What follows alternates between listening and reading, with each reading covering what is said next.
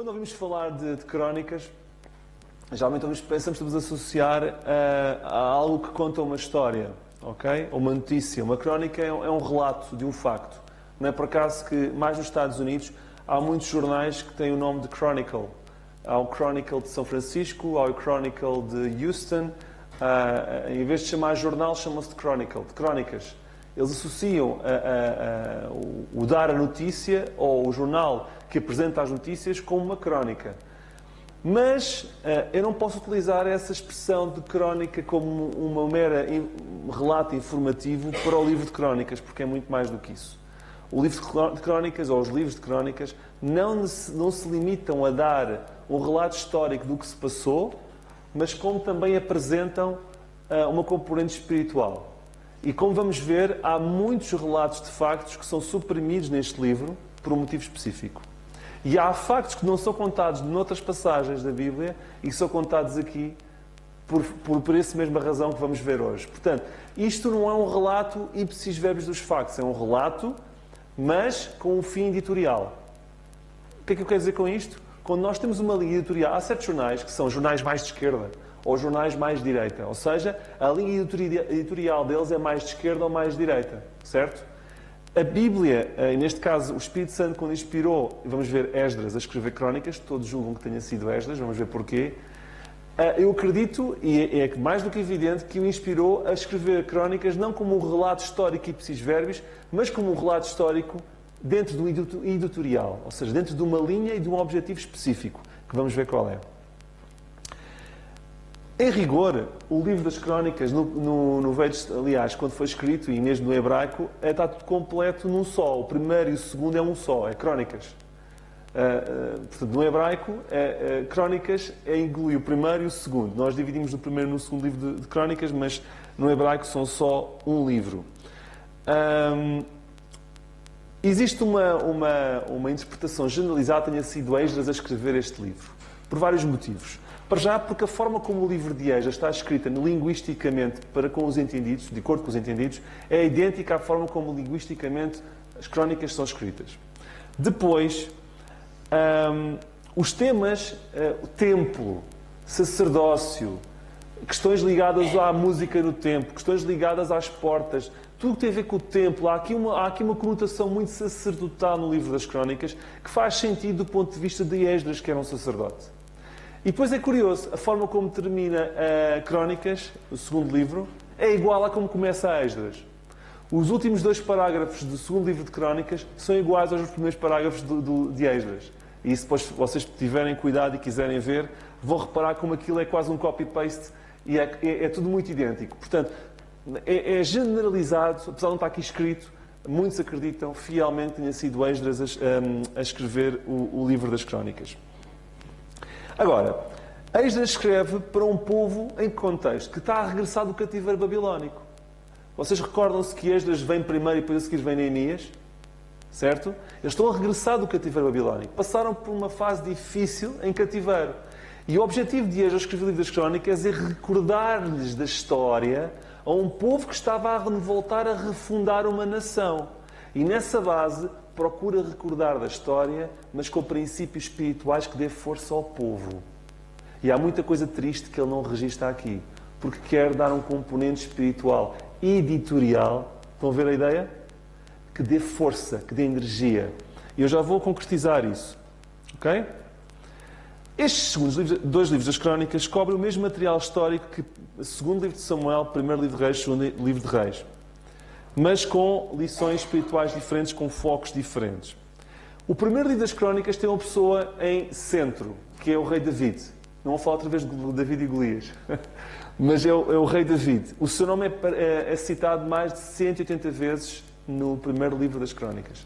É a personagem central. Então vamos ver. Tem que ser eu. É melhor seres tu. Consegues fazer tu? É melhor. Podes pôr os 3. Nós vamos ver... Ok. Do capítulo 1 a 2, vamos ver a ascendência de David. Ou seja, a genealogia de Adão até David. Do capítulo 3 a 9, nós vamos ver a descendência de David até Jesus Cristo.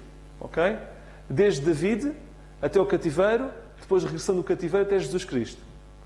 E do capítulo... neste caso, esta primeira parte que fala sobre genealogia, que vai desde o capítulo 1 ao 9, sabem quantos anos é que cobra? 3.000 anos. 3.000 anos. Desde Adão até ao final, como vamos ver, cobre 3.000 anos de genealogia. O capítulo 10 a 29 depois tem a ver com a atividade real de David, ou seja, a atividade como rei.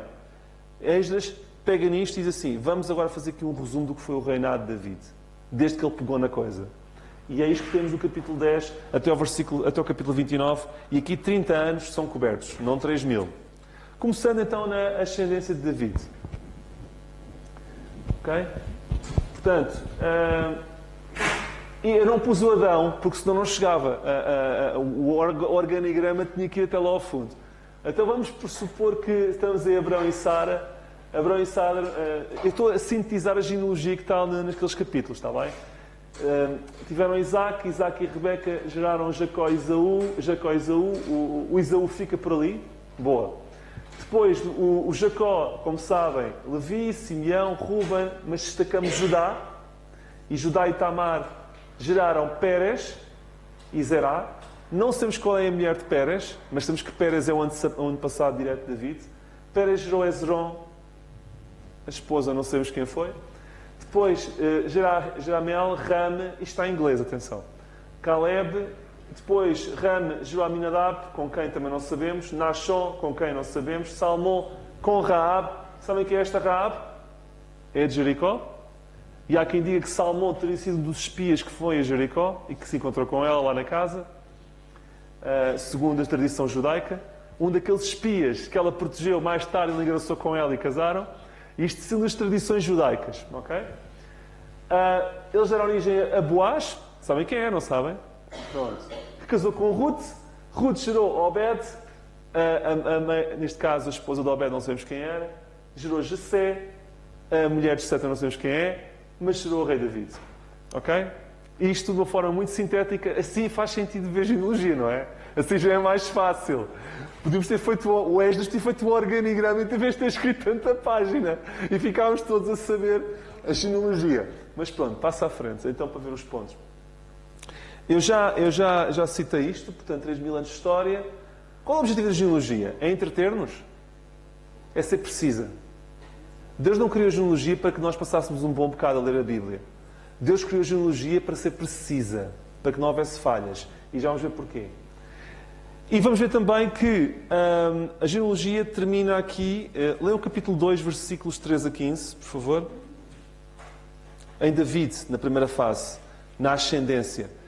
E Jessé gerou Eliabe, seu primogênito, e Abinadab, o segundo, e a Simei, o terceiro, Natanel, o quarto, e Radai, o quinto, e Ozem, o sexto, David, o sétimo. Aqui temos a descrição dos nomes todos dos irmãos de David. É um complemento extra da informação que não tínhamos antes. Vemos que David foi o sétimo, e vemos que, após começarmos o livro das Crónicas, chegamos aqui e David aparece em cena. E depois de que David aparece em cena, vamos para a sua ascendência, que é a seguinte. A sua descendência, peço desculpa. Ok? Portanto, quanto à sua descendência, capítulo 3, versículo 1. E estes foram os filhos de David que lhe nasceram em Hebron, etc, etc, etc, etc, etc. E depois tem aqui os filhos todos dele, na linhagem toda, e vamos ver até onde vai dar, tendencialmente até Jesus Cristo.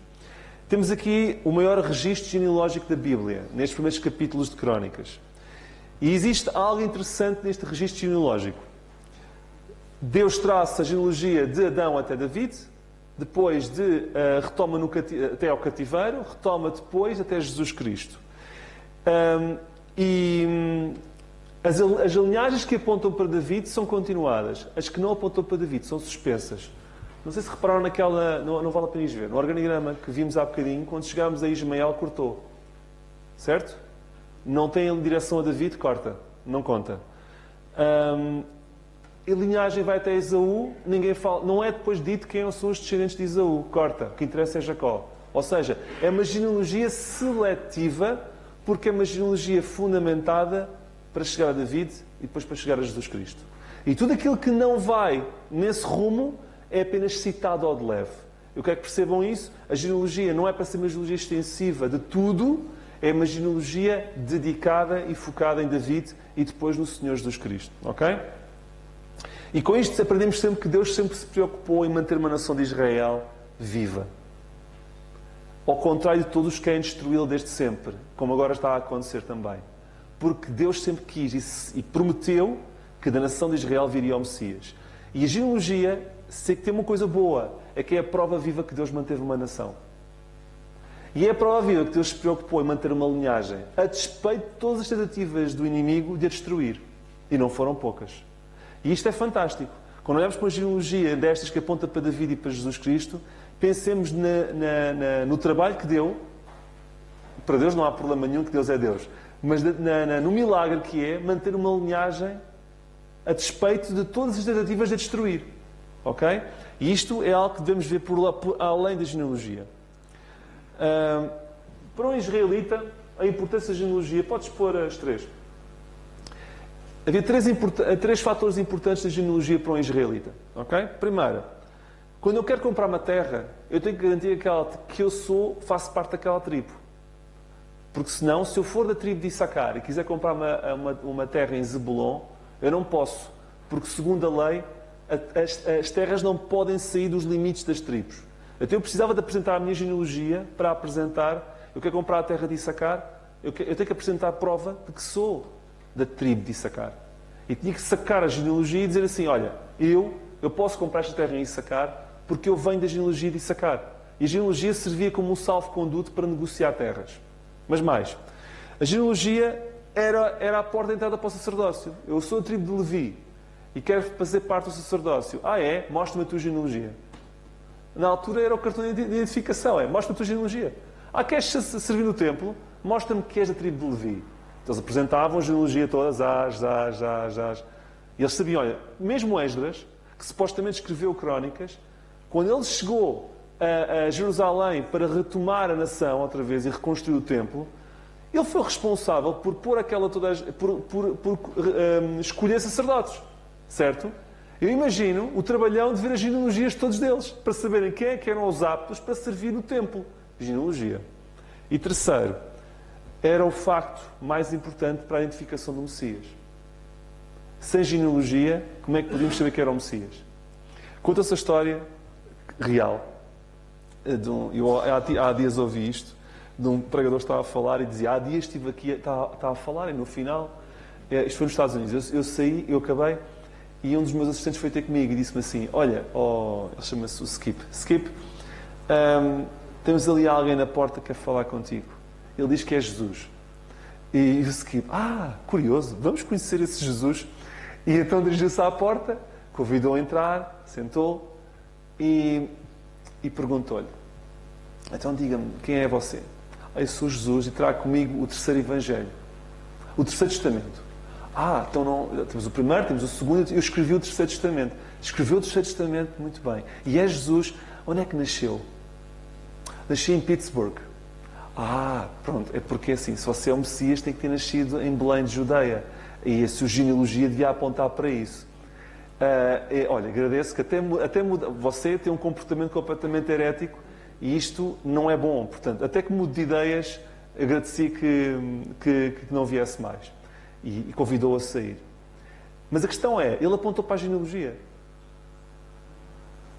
És Messias? Prova-me pela tua genealogia. Pittsburgh não faz parte da Judeia, lamento. Jesus nasceu em Belém da Judeia, não nasceu em Pittsburgh. Isto é um exemplo dos nossos dias, que aconteceu há pouco tempo, mas que aponta para um facto. A genealogia é importante para identificar o Messias. Ok? Por exemplo, eu duvido que vocês, antes de dormir, pegam em dicionários para se porem a ler à luz do candeeiro. Vamos ler um belo dicionário antes de dormir, como se fosse um belo romance. Se fazem isso, afastem-se de mim, que eu não quero ter relação com vocês. Vocês são estranhos. Estou a brincar. Não é normal. A pessoa não pega no final do dia, vamos ler um dicionário. Não, vamos ler um dicionário quando temos um objetivo de saber alguma informação lexical, certo? E as pessoas se põem a ler genealogias só porque apetece. A genealogia tinha uma função muito prática. E estas são três funções práticas das genealogias, ok? E, portanto, tal como o Nando disse, temos de ser honestos para com Deus. Quando estivermos a passar pelas genealogias, digamos, isto é difícil, Deus, dá-me força. Eu não gosto disto, não há problema nenhum. Sejamos honestos, façamos como o Nando aconselhou, que eu acho que é bom. Vamos passar então para o capítulo 10. Eu não estive a ler versículos da genealogia porque são um pouco amassadores. Vou-me concentrar agora a citar alguns versículos daqui para a frente. Entramos na parte da atividade real do rei David. E no capítulo 10 vemos o fim do reino de Saul. Deixa-me chegar até ao capítulo 10. Exatamente. Lembram-se de como no segundo livro de Samuel é relatada a morte de Saul, em que Saul estava no Monte Gilboa a ser atacado de todos os lados, leva uma seta e decide se suicidar e lançar-se contra a sua espada? Ok. Foi isso que explicou Samuel no segundo livro de Samuel. No primeiro livro das Crónicas, no capítulo 10, versículo 13, nós vemos aqui, lá está, uma linha editorial diferente. Ele dá-nos uma informação nova. Versículo 13, capítulo 10. Assim morreu Saul por causa... Ele morreu como? Porque se lançou contra a espada? Não. Vai mais longe. Ele vai ao fundo da questão. Ele morreu por quê? Por causa da sua transgressão com que transgrediu contra o Senhor. Por causa da palavra do Senhor, a qual não havia guardado. E também porque buscou a adivinhadora, para a consultar. E não buscou ao Senhor, pelo que o matou e transferiu o reino a Davi, filho de Jessé. Nós temos aqui uma interpretação espiritual. Lá está. Estamos em Crónicas. Crónicas é isto. Não se limita a dizer, ele morreu. Ponto. História. Ele morreu porque se desviou de Deus. Ele morreu porque consultou aquela médium. Ele morreu porque não obedeceu a Deus. Povo, estás a voltar da Babilónia. Atenção. Se cometemos os mesmos erros, nós vamos pagar caro. Estão a ver Esdras? Estão a ver o livro das Crónicas? Não é apenas um relato histórico. É um relato histórico com sumo espiritual. Ok? E isto é uma linha editorial que vemos disto no resto do livro. Sempre. Ok? Eu vou-vos dar mais exemplos. No capítulo 11, nós vemos o início do reino de David. Ok? Podes pôr, se é uma tirazinha. Exatamente. Ok. E vamos ler o versículo 1 e 2. David é ungido rei, todo Israel se juntou a David em Hebron, dizendo, eis que somos teus ossos e tua carne, e também já dantes, sendo Saul ainda rei, eras tu o que fazias sair e entrar em Israel.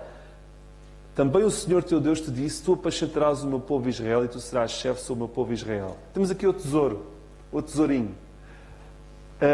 Esdras está-nos a mostrar que enquanto Saul era rei, já o povo considerava David rei. Mas não sabíamos disso antes. Por que ele está a dizer isto? Para nos mostrar outra verdade espiritual importante. Que é a seguinte. David estava sozinho, vivia em cavernas, considerava-se abandonado. Mas ele sabia que o povo o considerava como um rei legítimo. E isso dava-lhe forças para continuar. Nós só sabemos agora. Ok?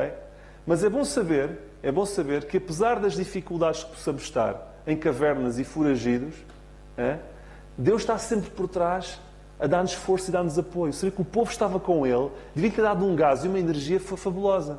E sabemos disto, é também outra força, outro input espiritual que Esdras quis que o povo soubesse. Esdras, por intervenção do Espírito Santo, obviamente, quis que o povo soubesse. Não obstante poderes ter estado no cativeiro, que eles tinham vindo do cativeiro, não obstante estás numa caverna, o povo estava contigo. Tu eras o rei. Ok? Há uma passagem que eu vou citar, que está no capítulo 12, e que faz uma análise paralela. E no versículo 21 e 22,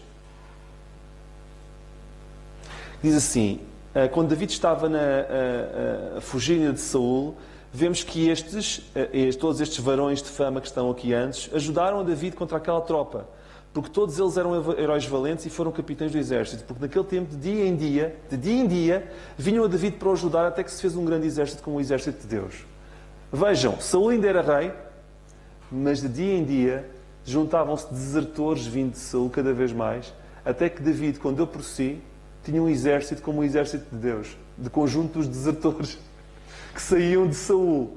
E aos poucos, apesar de ele estar a passar uma fase má, ele só tinha motivos para sorrir, porque sentia o povo com ele e sentia os heróis, os mais valentes do povo de Saul, do exército de Saul, deviam ter com ele. E este é um fator importante. 3. Quando Saul foi confrontado por Samuel que ia perder o reino, as palavras que ouviu foram estas. Eu vou citar porque está no primeiro livro de Samuel 13:14. Agora não subsistirá o teu reino. Já tem buscado o Senhor para si um homem segundo o seu coração E já lhe tem ordenado o Senhor que seja capitão sobre o seu povo, porquanto não guardaste o que o Senhor te ordenou. Eu quero falar um pouco sobre o que é isto do homem segundo o seu coração. Fala-se muito sobre Davi ter um coração como o coração de Deus, ter um homem segundo o coração de Deus. O que é isto na prática? Porque estamos a começar agora o reinado de David e nós lemos que isto de David eu queria explicar. A expressão de um homem segundo o coração de Deus tem sido muito discutida. Sabemos que há muitas interpretações para isso. Mas sabemos David, conhecemos David. Ele cometeu adultério, ele cometeu homicídio, ele chegou a fazer-se de maluco e de lunático no meio dos filisteus para que não o matassem, até arranhava-se nas portas. Ele foi sanguinário, ele foi violento, por isso é que não construiu o templo. E vemos que ele era um homem segundo o coração de Deus. Porquê? Como é que é possível? Ele era perfeito? Não, estava longe disso. Há uma tradução, que é a tradução Knox, que faz uma interpretação deste versículo que eu gostei e que eu acho que pode ser esclarecedora para todos. E que diz que o homem que, segundo o coração de Deus, é um homem ou uma mulher que cumpre os propósitos de Deus. Ou seja, é aquele que cumpre o que Deus espera dele. E quando eu imagino isto, faz sentido. Eu posso ser pecador, posso ser pecadora, mas Deus tem expectativas em relação a cada um de nós. E se nós cumprimos aquilo que Deus espera de nós, nós somos potencialmente mais pessoas de acordo com o coração de Deus. E aí, de repente, consegui encaixar o fator dele ser pecador com o resto. E não houve confusão. E para mim, esta é uma interpretação boa.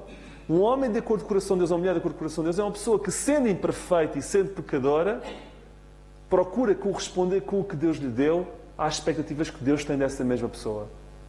E David tinha objetivos. E David cumpriu. Deus deu-lhe expectativa. Deus tem expectativas para David. E David correspondeu às expectativas. Homem segundo o coração de Deus. Eu gosto de pensar nisto assim. Se calhar os irmãos terão uma interpretação melhor do que a minha, é possível. Mas eu gosto de pensar nisso assim.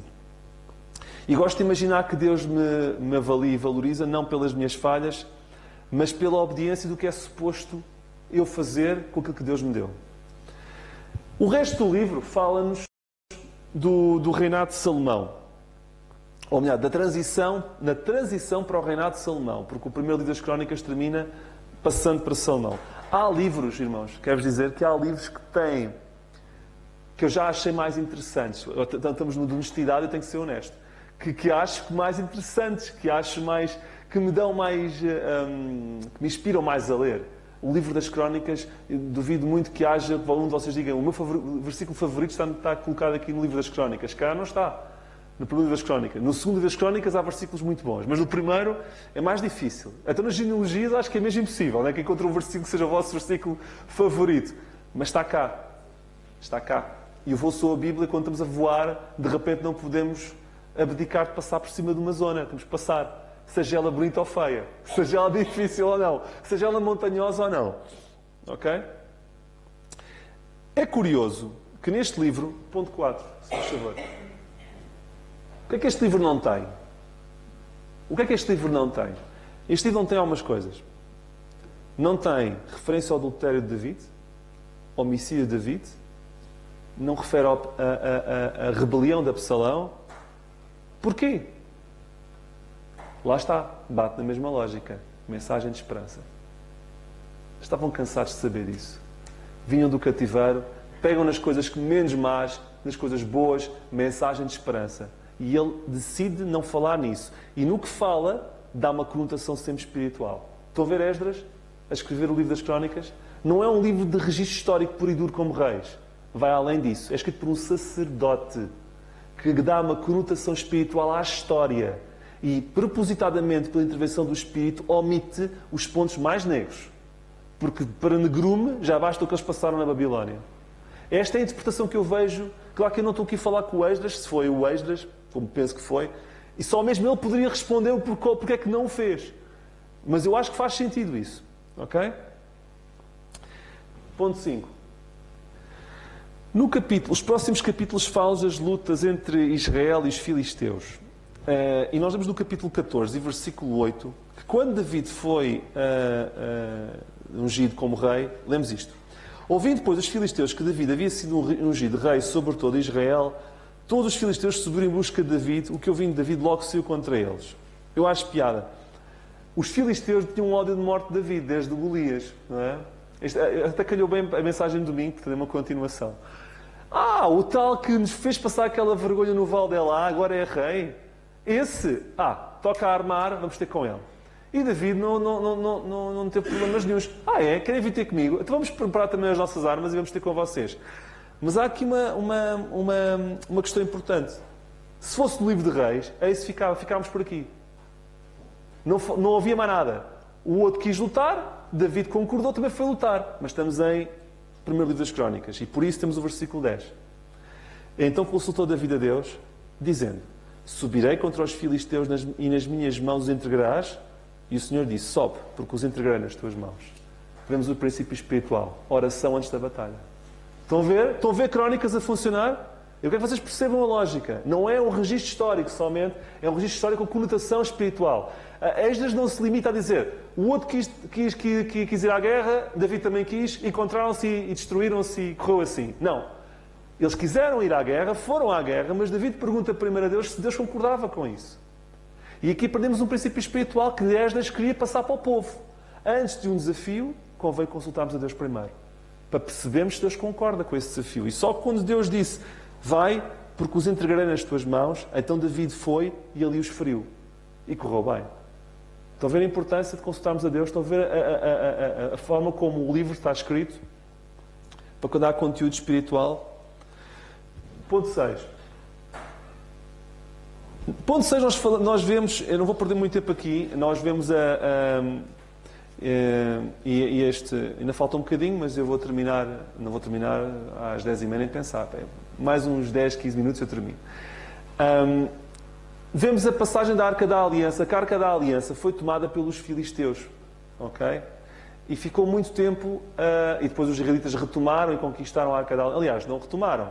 Os filisteus, como estavam a passar tão mal por ter a Arca da Aliança perto deles, que eles entregaram-na a Israel. E até então, a Arca estava fora de Jerusalém. E David disse assim: não, eu vou buscar a Arca.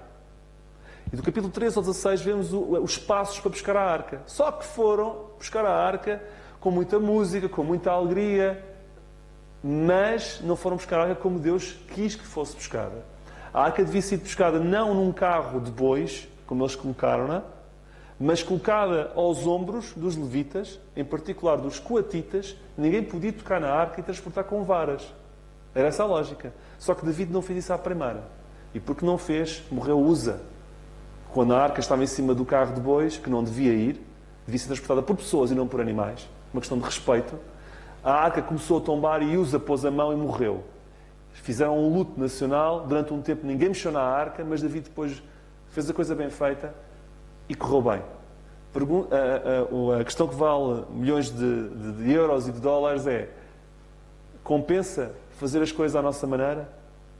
Compensa fazer as coisas ao nosso jeito? E a questão, ele não estava a fazer tudo mal, ele estava a fazer muita coisa bem. Mas havia coisas importantes que não estava a fazer bem. A questão aqui importante é, mesmo que estejamos a fazer quase tudo bem, quando não fazemos tudo bem, há sempre consequências. E David percebeu isso com dor. E voltou atrás, fez tudo bem e então correu bem. E isto é um pouco o resumo do capítulo 13 ao 16 sobre a Arca da Aliança, e ela chega a Jerusalém. No capítulo 7, ok? Vocês levam sempre duas num só, não é? É o normal. No capítulo 7, nós vemos, no capítulo 17, vemos mais uma vez uma reafirmação de Deus de que a linhagem de David será eterna, na figura do Senhor Jesus Cristo. Vemos isso no capítulo 17, versículos 11 e 14. Podemos ler. E há de ser que quando forem cumpridos os teus dias, para ir aos teus pais, quando tu morreres, David, suscitarei a tua semente depois de ti, a qual será dos teus filhos, e confirmarei o seu reino. E este me edificará a casa. Este quem? Salomão.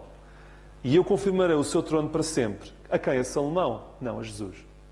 É que no mesmo versículo temos um sucessor imediato e um sucessor espiritual. O Salomão vai constituir... Como é que é? O Salomão vai edificar a casa. Mas a confirmação do seu trono para sempre vai ser dada na pessoa do Senhor Jesus Cristo, que Salomão não vai reinar para sempre. ok? E vemos aqui, mais uma vez, aquela promessa davídica de que a linhagem de David será confirmada para sempre. Vemos também aqui no versículo 4 e no versículo 5, em que David queria construir muito o templo, e Natã vai ter com ele e diz assim: assim diz o Senhor, tu não me edificarás uma casa para morar, porque em nenhuma casa morei, desde o dia em que fiz subir a Israel até o dia de hoje, mas fui de tenda em tenda, de tabernáculo em tabernáculo. Ó David, queres uma casa para mim? Mas eu sou demasiado grande para viver numa casa. Eu sou demasiado grande para viver num edifício. Eu sou Deus. E vemos aqui esse desejo de David. E ele não será a pessoa que irá construir na prática pelo seu passado de sangue e de violência, como vamos ver daqui a bocadinho. É de notar que eu acho piada e acho importante que neste capítulo 17 David quer dar um presente a Deus. E quem recebe o presente é ele. Uma vez mais. David quer dar um templo a Deus. Certo? E nesse mesmo capítulo Deus responde-lhe: ok, tu não me vais fazer o templo, vai ser o teu filho. Mas eu quero-te dizer que a tua linhagem vai ser eterna. Ele quer dar um presente e recebe mais. Nós, quando damos a Deus, nunca ficamos a perder. E isto já tinha acontecido no último livro. A mesma coisa. Nós, quando damos a Deus recebemos sempre 5, 10, ou 15, ou 100. David quis dar um templo? Muito bem. Deus prometeu a ele uma dinastia eterna. Compara-se uma coisa com a outra?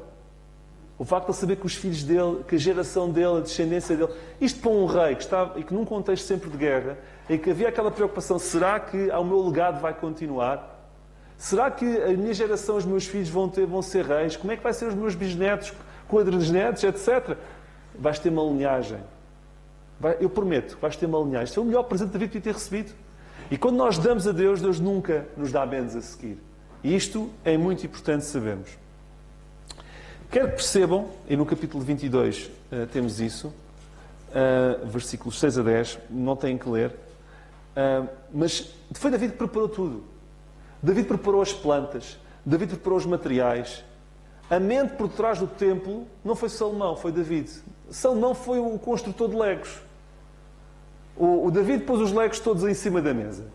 Fez do desenho como é que se punham os legos, e numerou os legozinhos todos. E o Salomão só teve que juntar tudo. E todos chamam o templo de Salomão. Eu acho que é errado. Porque o templo é de David. David só não construiu. David fez as parcerias estratégicas onde via a madeira. David fez os contactos para a pedra. David arranjou tudo. David preparou tudo. David desenhou tudo. David deixou tudo. Diz assim: olha, quando chegares, só tens que carregar no botão. E tudo começa a ser construído. Mas eu já deixei tudo prontinho. E, portanto, o verdadeiro construtor do templo foi David, apesar de ele nunca o ter construído, ter sido o seu filho. E vemos isso claramente na Bíblia. Deixa-me só ver aqui uma coisa, versículo 6. Exatamente, 22, 6. Ele chama Salomão e diz-lhe: vais edificar uma casa ao Senhor, Deus de Israel. Versículo 7. E disse David a Salomão: filho meu, quanto a mim, tive em meu coração edificar a casa ao nome do Senhor meu Deus. Porém, a mim a palavra do Senhor veio dizendo, versículo 8, tu derramaste sangue em abundância e fizeste grandes guerras. Não edificarás casa ao meu nome, porque muito sangue tens derramado na terra perante a minha face. Ok? Isto é a tal explicação porque é que David não foi autorizado a fazer o templo, mas sim Salomão. No capítulo 23 e 24, ok, nós vemos as divisões e funções do sacerdócio. Ok? Não vamos falar sobre isso. Faz sentido para um sacerdote como Esdras. No capítulo 25, nós temos indicação para todos terem funções na área da música. Uma vez mais, algo que tem a ver com o culto a Deus. Templo. Esdras. No capítulo 26, uma coisa importante. Vemos os responsáveis pelas portas das cidades e tesouro. Aqui é outro pequeno tesourinho, que eu gosto de vez em quando mostrar-vos coisas que estão por trás das folhas da Bíblia. Toda a gente se lembra de Obed-Edom. Se calhar não. Obed-Edom foi a casa onde a arca esteve, a família que recebeu a arca da aliança antes de ir para Jerusalém. Quando ninguém a queria, a arca ficou lá durante muito tempo. E Deus diz: e eu abençoei a casa de Obed-Edom. Ou seja, ninguém queria a arca porque a arca tinha causado doenças e pestilências aos filisteus. Então, e não só. Mesmo Israel, quando viu e tratou mal a arca com algum tipo de muita à vontadinha, muitos morreram. Então a arca tinha assim aquela conotação de: se estás muito perto és capaz de passar mal. Mas Obed-Edom recebeu a arca e ficou com a arca lá em casa. E Deus disse, eu vou abençoar esta família. E vemos agora Obed-Edom, a família dele, como um dos responsáveis pelas portas da cidade. Com isto eu vos quero dizer uma coisa. Deus, quando diz que abençoa, abençoa a sério. E passa assim no meio daquela gente toda. Obed-Edom. Estes que correram o risco de ter a arca lá em casa e cuidaram da arca estão a ser recompensados mais tarde. Com mais funções e com mais privilégios. Porque a porta da cidade era um local de poder. Ser responsável pela porta da cidade não era uma chatice. Era uma grandíssima honra. E Deus está a prometer, está a cumprir a promessa. Eu vou abençoar. Mas a bênção não era só a bênção de ter ficado com a arca e ter tido bênção naquele período. Era a bênção daí para a frente. E vemos Deus abençoar aquela família de Obed-Edom também aí mais à frente. Eu queria citar isso porque eu acho importante. Capítulo 27. Temos os chefes militares. Não vale a pena perdermos muito tempo nisso. E no capítulo 29, vamos ler o versículo 9. As Crónicas vai ser um voo mais a jato, está bem? 29, versículo 9. Ok. Antes disso, David põe toda a gente a contribuir para o templo. Cada um, o que tivesse em casa, trazia. Seja ouro, seja pedras preciosas, seja madeira, seja vasos, seja o que for. Tudo o que tivesse em casa, dinheiro, tudo a trazer para construir o templo. Versículo 9. E o povo se alegrou do que deram voluntariamente, porque com o coração perfeito. E como é que é um coração perfeito? É um coração voluntário, deram ao Senhor. E também o rei se alegrou com grande alegria. Primeira questão. David pediu ao povo ofertas para Deus e o povo ofereceu a Deus. E o povo ofereceu a Deus, abdicou de coisas, mas saiu de lá alegre. Não acham estranho? A pessoa vai dar, a pessoa vai ficar com menos, mas sai de lá mais contente. Esta é a lógica da dádiva aos olhos de Deus. Quando o fazemos de não contrariados, mas quando o fazemos com sentido de que estamos a dar a Deus e Deus merece, Deus retribui-nos com alegria. Lá está. Nós vamos dar e recebemos sempre mais. Estão a ver a lógica? Podemos ficar com menos euros, mas se for feito no espírito correto, Deus promete alegria àquele que dá, com um espírito voluntário. E isto é um princípio interdispensacional, que ainda hoje se verifica. Ok? Nunca se esqueçam disso. E vamos ao versículo 20 a 22. Disse David a toda a congregação: louvai ao Senhor vosso Deus. Então toda a congregação louvou ao Senhor, Deus de seus pais, e inclinaram-se e prostraram-se perante o Senhor e perante o rei. E ao outro dia sacrificaram ao Senhor sacrifício e ofereceram holocausto ao Senhor 1000 bezerros, 1000 carneiros, 1000 cordeiros e as suas libações e sacrifícios em abundância por todo Israel. Nós vemos aqui 29, é isso. 23. E assim Salomão se assentou no trono do Senhor rei, em lugar de David, e seu pai prosperou e todo Israel lhe deu ouvidos. Onde é que eu tenho este versículo? Que ele era a segunda vez que era coroado. 22. Desculpa, eu li, só que não li. Eu li, mas não li. Está cá. E comeram e beberam com o grande rei, e a segunda vez fizeram o rei a Salomão. Segunda vez. Vocês leram bem. Eu não tive atenção agora a ler. Vocês tiveram com atenção. Não acham estranho? O que é isto? De Salomão ser coroado rei segunda vez?